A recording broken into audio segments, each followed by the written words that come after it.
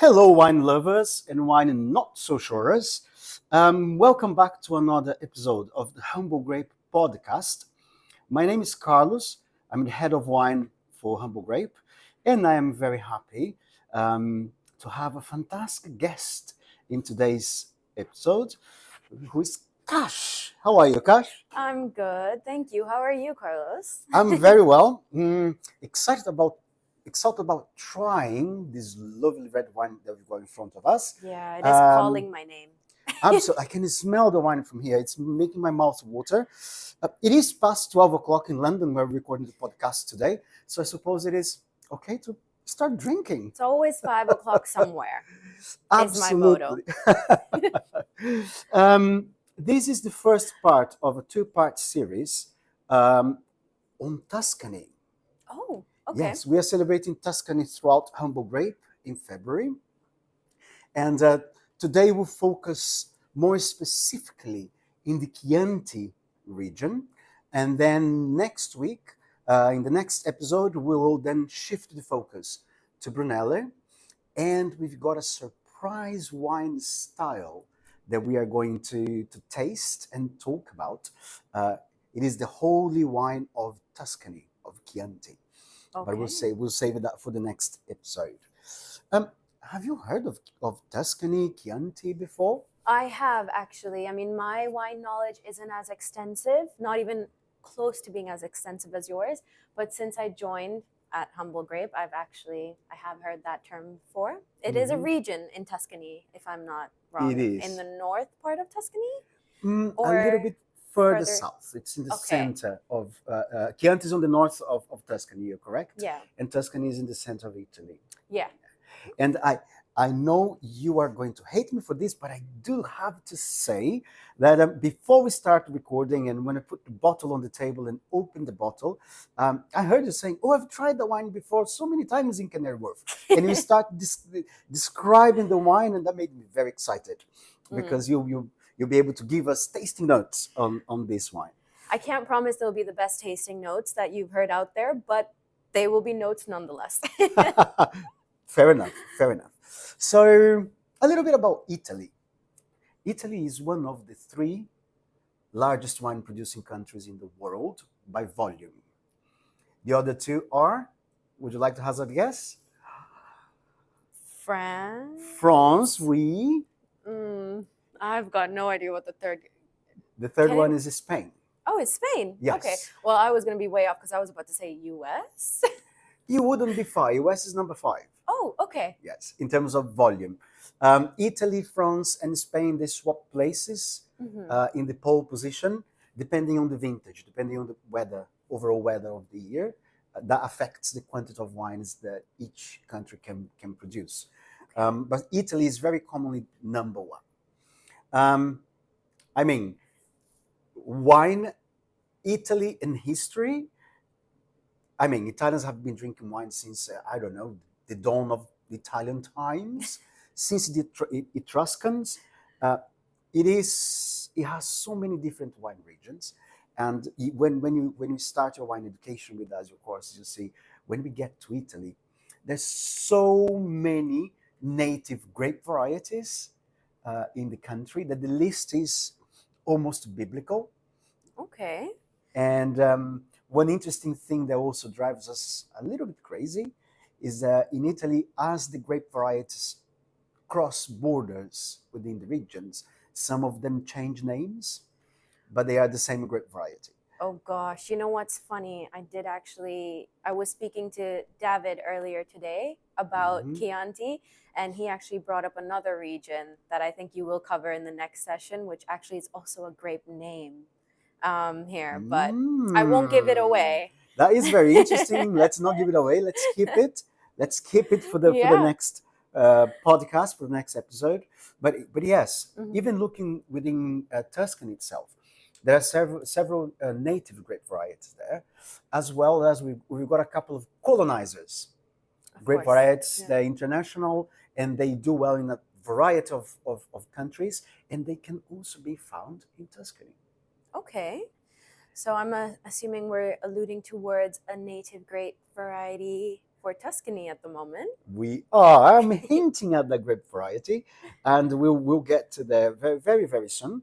As we said before, Tuscany is in the central Italy. Central Italy, it's neither the political has neither political influence in Italy, never has had. Rome is the political center of influence for Italy. Central Italy has never either been the financial motor engine of Italy. That is to the north. Okay. But one thing interesting about Central Italy is that it had a heavy influence, formative influence, in the Italian language and Italian arts because of a number of artists and poets and writers that came from Central Italy, from Giotto to Michelangelo. There was a variety of them, and they influenced heavily Italian culture by influencing art, literature, and the Italian language itself. Yeah. And of course, wine, right? Chianti is a very well-known style of Central Italian wine, and it exported well across the world in the 40s and 50s. From America to Australia, it was widely distributed in the world. So it also has a heavy influence on the wine scene, on the wine industry in Italy. Of course, I mean, a lot like Italian art as well. Absolutely. Everything Italians do, really. Particularly art, food, and wine. Yes, that's what they're known for, isn't it? Now, we all know, and for those who are starting their wine journey with us, we all know that wine is an agricultural product, yeah, which is heavily influenced by climate, soil, geography, and there are certain particular aspects of Tuscany in terms of geography, climate, that make their wines different from the other subregions in Italy. We've got a map open here, and we will share the map in the show notes for those for those who are listening to the podcast rather than watching the video. You can see that Italy is not a flat country. No, It's not at all. very hilly. There are mountains everywhere, and Tuscany is nestled against the Apennines. The Apennine Mountains. The Apennine Mountains run from north to south, cutting the boot sometimes right in the middle, and Tuscany is nestled there. Most particularly Chianti. And they also face the Tyrrhenian Sea, Okay. which tells us that the biggest influence here are going to come from the sea, yeah, and from the mountains. Yeah. So Tuscany has a Mediterranean climate. So quite hot. It is quite warm. And then it gets quite cold as well during the cold weathers. It can get quite cold when you get close to the Apennine Mountains. Mm-hmm. For those who are also listening, do you know what a Mediterranean climate is? Correct me if I'm wrong here, but I believe it's when they have quite warm summers and wet winters. Is that... Someone is paying attention to the wine training sessions at Humble Grape. That's absolutely spot on. Mediterranean climate is characterized by a very wet winter. Mm-hmm. All the rain falls during winter, and a dry, warm summer. So we can expect red wines mostly. We can expect actually a lot of red wines being produced here, because black grape varieties, they need more warmth and sunshine to ripen rather than white grape varieties. And we can expect these wines to be riper in flavor, to have a little bit more alcohol and a little bit more tannins. Okay, that's what we love, isn't it? Yes, I'm already starting to talk about the main native grape variety in Tuscany that I'm very curious about. You were asking me questions earlier. Because the region is quite wide, there's a variety of soils. So close to the coast, you've got the flatlands and the more fertile soils, whereas up against the mountains, the soils are less fertile and they are rockier. Okay. So that will have a big influence on the wines that are produced. So what would the soils be like in the Chianti area? Would it be a mix of both? You touched on a very interesting question because we normally talk about the Chianti area, but it actually gets subdivided. Okay. So you've got Chianti Classico area, which is much smaller and it's higher up against the Apennines. Okay. For those who are listening to the podcast and starting their journey with Italian wines now, every time you see the word classico in an Italian wine region, it means that that was the regional area. Okay. So Chianti expanded in the 50s and 60s, and there are other subdivisions: Chianti Colli Senese, Colli Fiorentini, Chianti Rufina. Um, but we are going to focus today on the Chianti Classico area, which is where this wine comes from. Okay. And since you did say it is the original area that this wine grows from, would you say Chianti Classico is where the wines from that region would be considered more premium as compared to other, or does that not influence it as much? Generally speaking, the wines from Chianti Classico will have a higher quality level. You will find quality producers in the other regions as well. I'm just putting this there as a note because I'm sure there will be customers and listeners who have tried excellent wines from Rufina, Fiorentini, and Senesi. But you will get a lot of premium, high quality wines coming out of Chianti Classico. To go back to the soil that you asked about. Yeah. In the Chianti Classico, because it is nestled against the Apennines, the soil is very rocky, mixture of clay, calcareous rock, and pole. So the grapes here, the vines will struggle here, producing less grapes with more concentrated flavors. And as you move down into the more fertile soils, that's when the wines tend to be fruitier and simpler, easier to drink. Okay. So I'm getting really excited looking at that wine now once we've discussed that. Yeah, my mouth is also watering. I've got a question for you. Mhm. I've got a bottle of Chianti Classico DOCG. The producer is Fattoria Lornano. We'll talk a little bit about the wine and the producer later when we do the better part of the podcast, which is tasting. But did you notice that wines from Chianti Classico, they will have a black rooster, the emblem of a black rooster, normally on the label, on the bottle of the on the neck of the bottle or on the label. I did not notice that actually. What does that mean? Well, there is an interesting legend about the formation of the political areas within the area and the emblem of the wine. So this dates back to the medieval times where Italy was fragmented in smaller republics or dukedoms, and they were all fighting with each other. And at one point, the Republic of Florence and Sienese Republic of Siena, they were at war because of borders, and they decided that okay, we need to find a way of sorting the borders between the two republics and end the war. So it so says the legend that they chose two knights, one to compete for the Republic of Florence and one for Siena. Um, the and the knights would set out at dawn, when the gallo nero, when the rooster crowed, and ride towards each other. And when they met, the point they met would become the new border between the two republics. Now, the Fiorentines have always been very cheeky.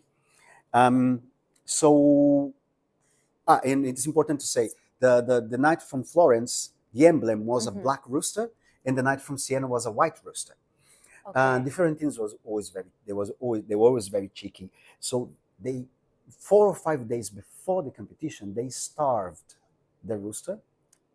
They didn't feed the poor thing. Oh God. So when they released the rooster on the night of the competition, the poor thing was so hungry. He started crowing before the sun came out.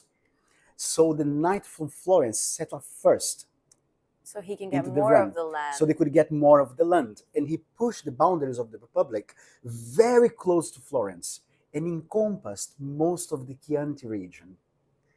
That is very interesting. I did not know that. That's one way to sort a To argument. stop with the wars, you know? Yeah.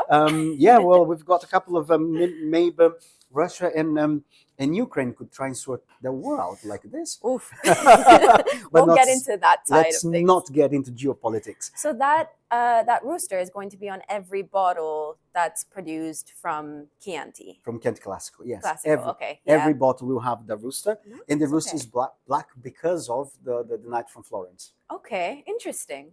Yeah. Yeah, it's a very cool story, isn't it? Okay, so I think we've talked about the climate, we talked about the story of Chianti. I think now we also need to talk about the grape varieties. Of What course. sort of wines do we get here? I was waiting for that part. I know I you know were. you were alluding to it there. I know, and you were asking questions about it before. So I did want to ask, what is the native grape variety of Tuscany? Given that we were having this chat about, grapes varieties that are native to areas within Italy prior to this. So what is that grape variety then? Well, generally speaking, there are two. Okay. And one is native of Chianti, the other is native of the broader Tuscany area. The one that's native of Tuscany is Sangiovese. Yes, the grape that I mean, the wines I've actually tasted. Yes, Sangiovese is the easier to access wine that comes out of Chianti, of Tuscany. In Chianti itself, Sangiovese represents 60% of the plantings. Okay. So it's the vast majority of what's planted in Chianti. You can also find another native grape variety, which is called Canaiolo Nero. Interesting, okay. It used to be very popular before the 50s. Now it's mostly used for blends. Okay. You can use Canaiolo Nero to blend with two colonizers, grape varieties, which are Cabernet Sauvignon and Merlot. Oh. They are widely planted throughout Tuscany, and Canaiolo Nero is used to blend with those two. So Sangiovese is the most planted native grape variety in Tuscany and in Chianti. Okay, interesting. Yeah. I mean, what would the flavor profile of, like, the general flavor profile of this grape be like? That's an excellent question. For our listeners, when you see a bottle of Chianti or a bottle of wine made from Sangiovese, what does it taste like? Yeah. Sangiovese tends to have lovely notes of cherry. Okay. If it comes from a warmer region with a very poor soil like Chianti Classico, it will have, that dark cherry that comes in liquor, maraschino cherries. Yeah. It's normally served in cocktails. Yeah. Yeah, when we make those bad decisions at 2:00 in the morning and order a cocktail, and it comes the little cherry, yeah, it tastes like that cherry, maraschino cherries. Okay. Can taste of red plums. It can have a slightly herbal note. Dried herbs they use for cooking. Yep. Dried Provençal herbs. It can have that aroma. It produces wines that are medium in body, with a lovely freshness to it, and very fine tannins. So quite acidic. Yes. Okay. It is an acidic style of red wine. Okay. Yeah. Okay, so I think that the proof of the pudding is in the eating. So I think we need to offer our listeners and our viewers a little tasting note of this wine that's sitting in the glass here. For those who are listening, we'll also publish the wine on the show notes. We have a bottle of 2019 Chianti Classico from a producer called Fattoria Lornano. Now, this family, the Ponzelli family, they have been there since 1904, so 120 years, Gosh, heading that to is a long time. 121. It's a long time. And the vineyards have remained in the family throughout this century. They were one of the founding members of the appellation Chianti DOCG because they have been there for such a long time. One interesting thing about these guys is they do not use artificial chemicals in the vineyard. Okay. Nothing artificial. Anything that needs to be used, any sprays against pests or disease, everything is organic because they want to promote biodiversity. So the vineyards you have flowers planted between the rows of vines. It's very, very pretty. For those actually who want to travel to Tuscany, it is a very pretty area. I don't know if you've been there. I have not. You I've actually haven't. not been to Italy at all, but I'll be sure. Oh my God, we need to get you over there. I'll be sure my first trip will be to this place specifically. I'll look at photos immediately after to see what It's so beautiful. Yeah. Hilly areas with olive trees, cypress trees. It's Wow. very beautiful. And all you have to do in Tuscany to find a vineyard is to get lost. You get lost on a track, boom, you found a vineyard. There are vineyards everywhere. Gosh, it sounds like home for me. Sounds like a place I can call home. It sounds like a place that we should do a trip together. That would be bad for our livers, but we should do a trip together there. Yes, of course. Now going back to Fattoria Lornano, the producer that we're working with. So they promote biodiversity. It's been in the family since 1904, over 120 years. This particular wine that we're going to try, it's 100% Sangiovese. In Chianti, you can blend up to 30% in red wine of other grape varieties, such as Cabernet Sauvignon, Cabernet Franc.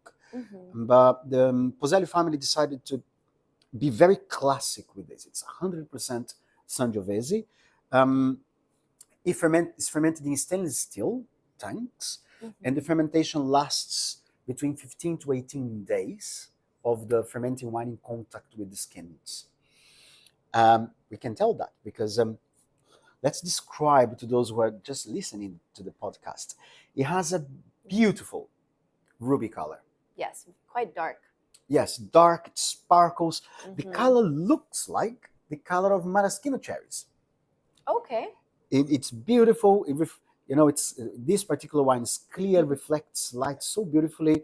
And then the Pozzelli family, once the wine has been fermented, the wine is done, they age the wine in French barrels for 12 months to soften the tannins, to add a little bit of complexity to the wine.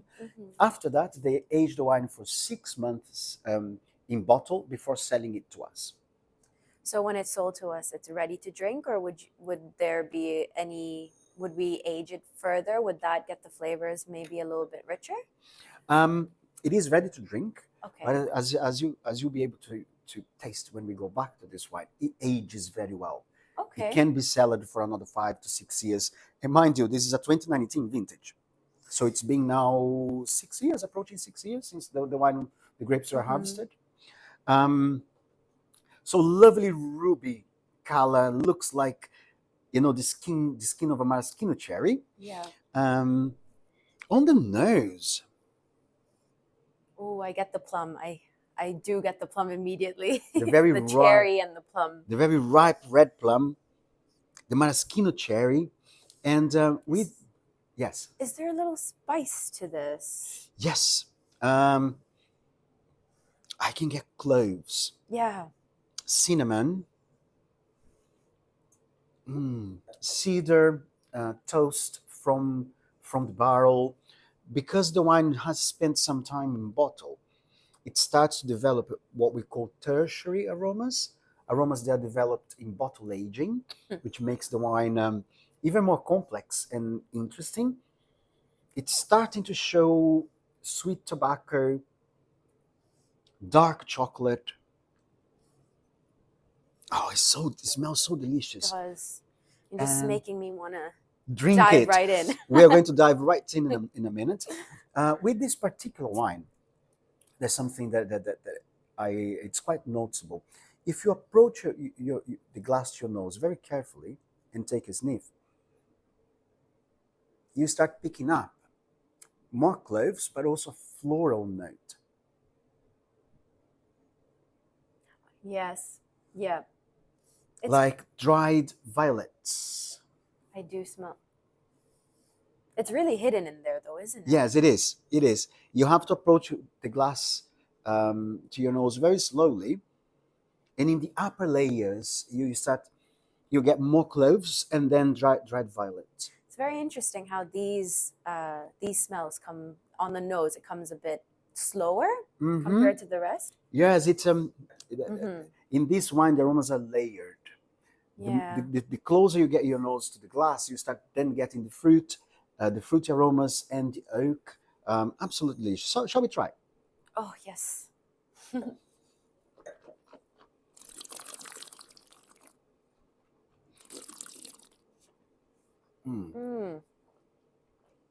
Amazing. So, can we cancel the rest of the day and just stay here? Can I grab that bottle? And finish the bottle. Oh God, this is so smooth. It's so smooth on your on the palate. Yes, the tannins are very smooth, aren't they? They aren't grapey. The wine feels so fresh. It does. It's not too bold, but it's just the right amount. It's quite medium bodied, isn't Yes. it? Yeah. Feels so fresh.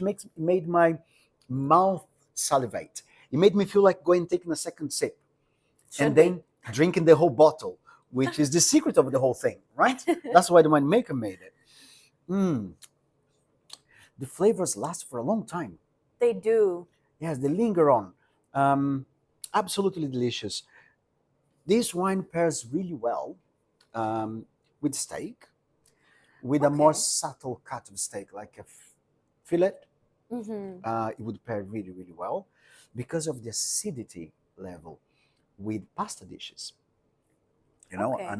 a pasta with a nice ragu, this slow cooked Italian sauce with beef or short rib. I think I know my dinner plans for tonight. Yeah, I'm going to throw a spin on your dinner plans tonight because I think that's my dinner plans tonight with a good pizza. Really? Yes, with a good pizza with perhaps, you know, I mean, prosciutto cotto or something like that on top. It would pair really well.